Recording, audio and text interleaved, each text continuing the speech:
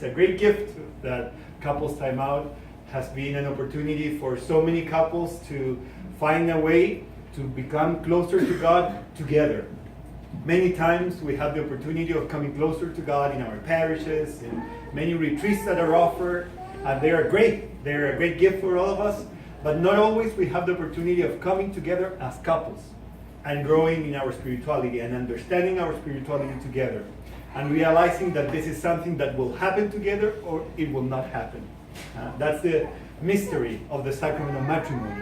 It's something that we have to build together. I cannot just leave to one of the spouses, okay, you take care of, education and spirituality, and I'll take care of, groceries and practical things. We can't, we cannot just separate roles. We have one role as a couple, and that role affects our children, impacts our children positively or negatively. So that's why it's so important. And as Kathy and Luis were mentioning, we're closing a year of Couples Time Out where we wanted to discern and meditate the whole year around the topic of our vocation to love. Because many times when you think about vocations, you think about us. You think about nuns, about priests, about religious consecrated people. But we forget that the sacrament of matrimony is a call, is a vocation to love.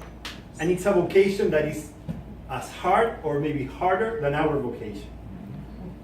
Because it's a vocation that you live out there in the world. We live here at the shrine, and it's beautiful to live here. With our Raimundo, with our Jesus. We live here, we pray here, we have a shrine in our backyard. The tabernacle is on our backyard. We can go there, we can pray. Well, your tabernacle, your little parish, your domestic church is home.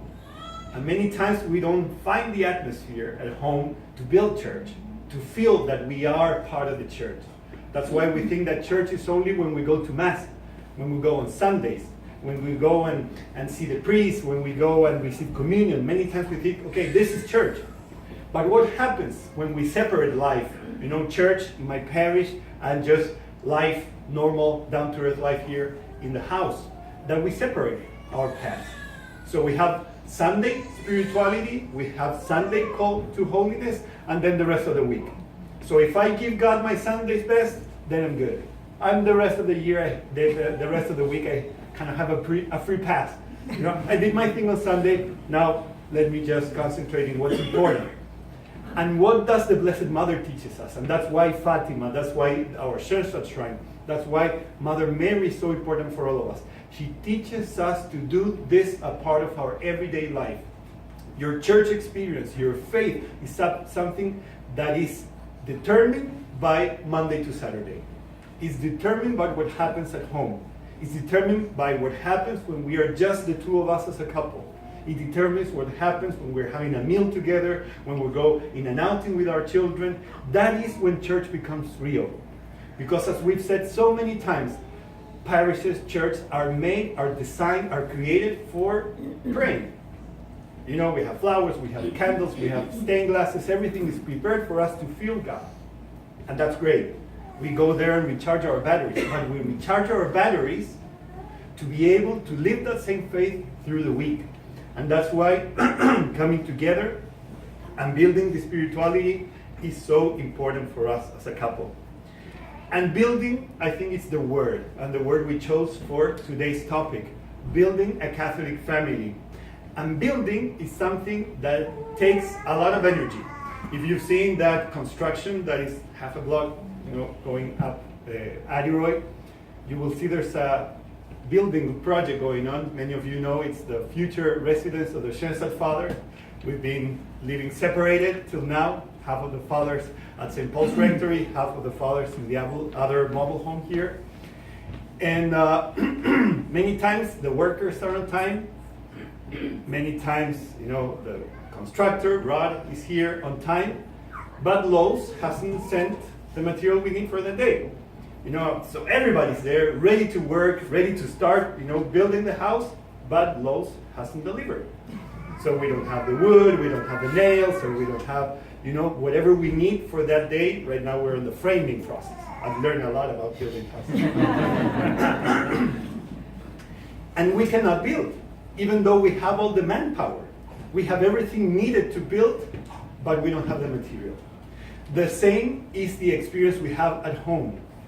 Building a Catholic family is not just going through the catechesis or the teachings of the church or whatever book my friends recommend that I have to do or use for parenting.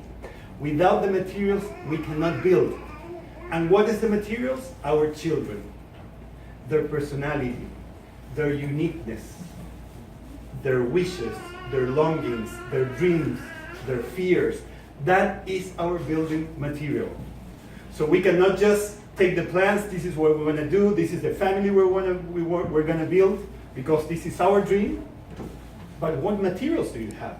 What's your wood? What's your nails? What's your windows? What's your doors? Those doors are the uniqueness of your children. And that's what we use to build. So many times, instead of spending so much time, so much energy in discipline, so much time and so much energy in trying to make them do things on a certain way, we have to spend as much energy in discovering the secret mystery of our children. Nobody said parenting was going to be easy. Nobody. And every time our children grow, every time we grow, in our marriage, we realize how hard it is. Because it's an adventure. Many times we don't know what materials we have. Many times we don't know how to continue. But as we didn't know it was going to be, so challenging, but we didn't know it was going to be so beautiful. Because this makes us trust God. It makes us trust that God will supply the materials that we don't understand how to put them together. But we have to take that point of view. We have to take that perspective. Which are the materials that God gave through my children? Which is the mystery of their personality, of their own life.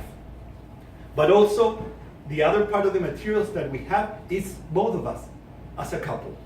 The other materials that we provide, maybe we could say the concrete, the cement, what builds the foundation of this house, it's the two of us as spouses. And that material we have to learn to know how we can use them to build, and not how we can use them to throw them at each other.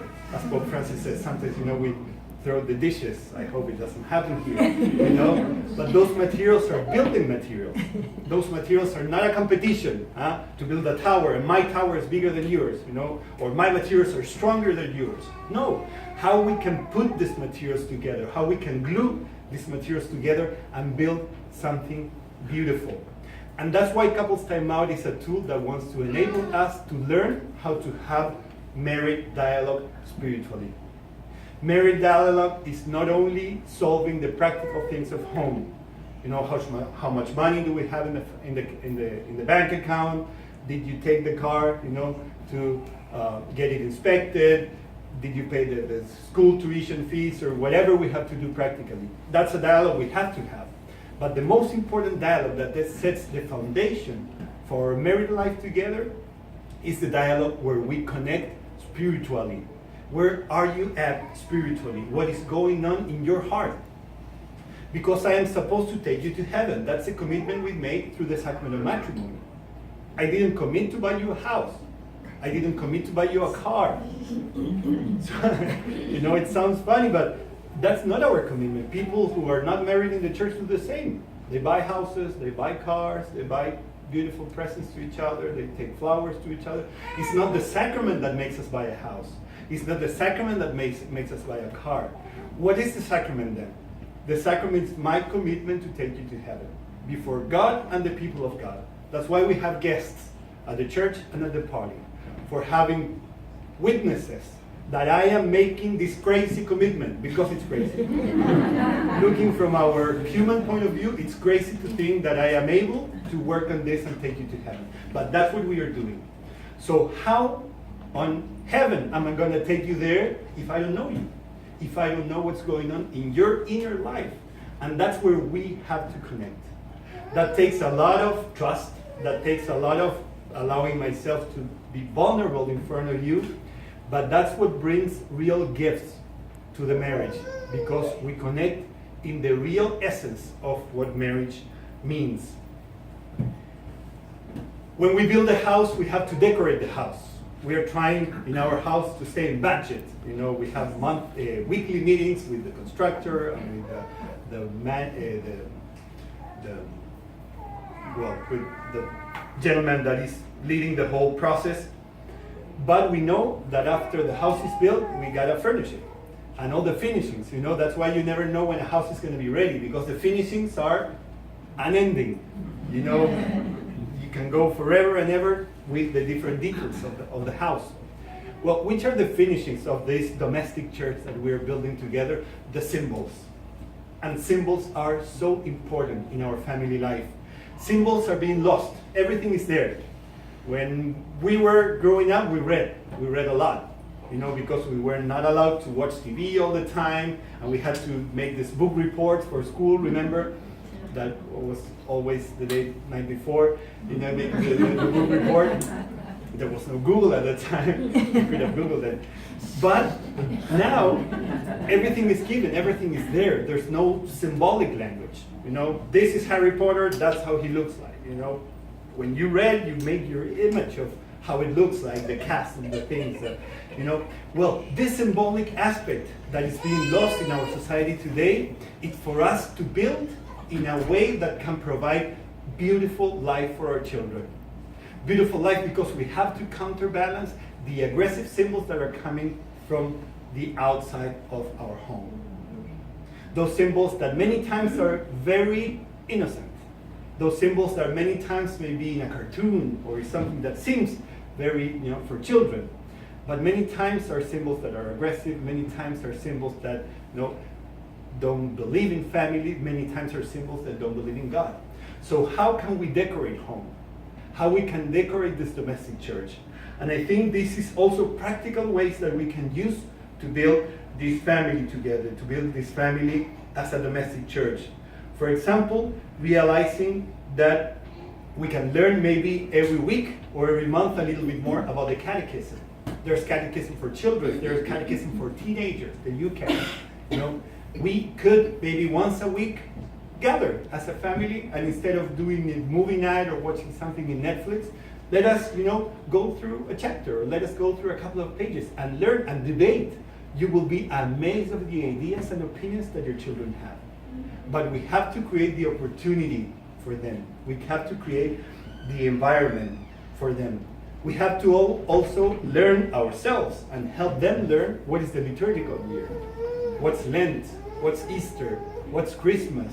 Why is everything green now? The priest is dressed in green. Why the things change in the church during the year? That has to affect also our domestic church.